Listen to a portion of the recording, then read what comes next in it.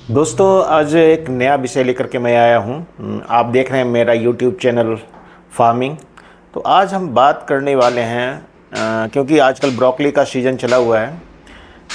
कई बार ऐसा होता है कि बहुत सारी चीज़ों की जानकारी हमें नहीं होती है। तो आज एक विषय है जो किसी किसान ने पूछा था कि ब्रोकली का फूल खिल जाने के बाद भी खाया जा सकता है, यह सही है या नहीं।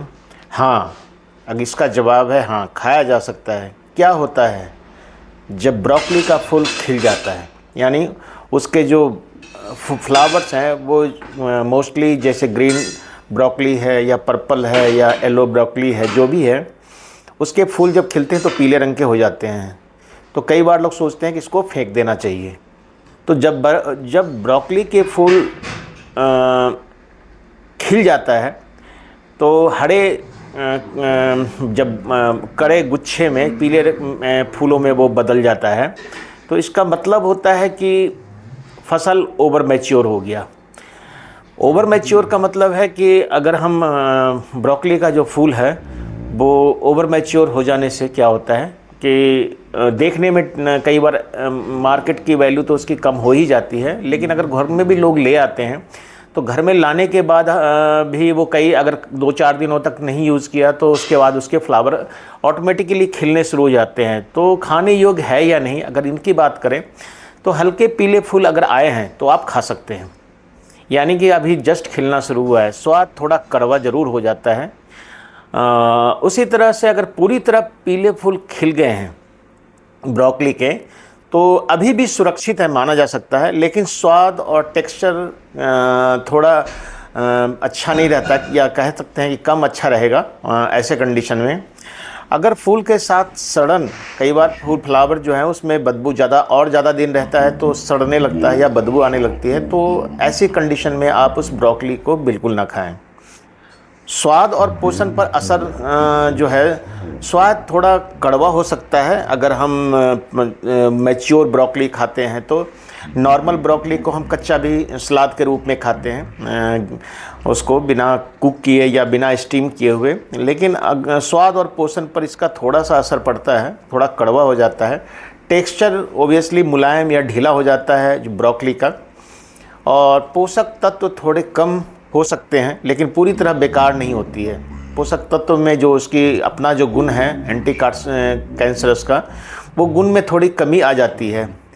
खेती के नज़रिए से अगर आपको बात करें तो अगर आप ब्रोकली की खेती कर रहे हैं तो कटाई तब करें जब हेड कसे हुए हों, टाइट हों और गहरे हरे रंग के हों। अगर ग्रीन वाली आपने ब्रोकली लगाई है तो फूल आने से पहले जो फ्लावर आता है ऊपर वो मोटा होने लगता है, तो उसके जो बड्स होते हैं वो बहुत छोटे होने चाहिए, बहुत ही छोटे।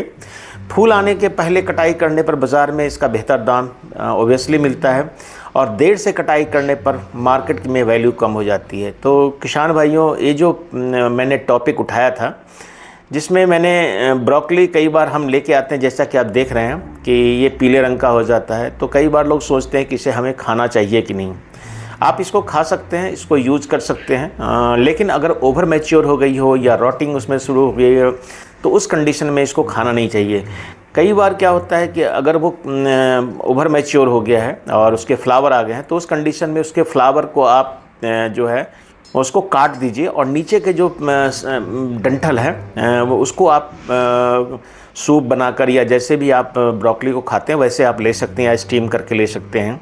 इसके डंठल जो कोमल वाले डंठल होते हैं, जिसको बोलते हैं सॉफ्ट जो डंठल होते हैं, उसको आप खा सकते हैं। तो ब्रोकली में जो ऊपर वाला फ्लावर वाला भाग है उसको अगर ओवर मैच्योर हो जाए या ज़्यादा ही बड़ा हो जाए, उसके फ्लावर पूरी तरह से खिलने वाली स्थिति में हो जाए तो उसको हटा दीजिए।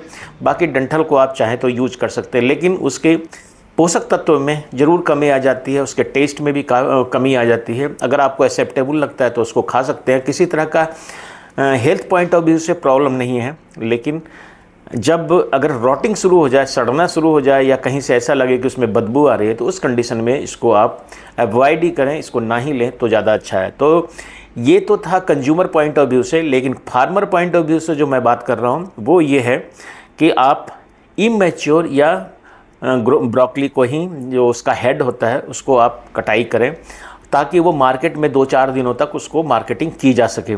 ज़्यादा मैच्योर, ज़्यादा बड़ा होने के चक्कर में अगर आप ब्रोकली को लेट काटते हैं तो ये कंडीशन आ सकता है कि जो ख़रीदने वाला ग्राहक है उसको एक दिन या 2 दिन से ज़्यादा अपने घर में नहीं रह सकता। तो आप उसी कंडीशन के अनुसार ब्रोकली से अच्छा पैसा लेना चाहते हैं तो थोड़ा इमैच्योर, जिसको कहते हैं कि फुल्ली मैच्योर्ड होने से बहुत पहले, कम से कम 2-4 दिन पहले आप इसकी हार्वेस्टिंग करें। तो ये थी एक कंज्यूमर पॉइंट ऑफ व्यू से ये पब्लिक के इंटरेस्ट में जानकारी। थैंक यू, धन्यवाद।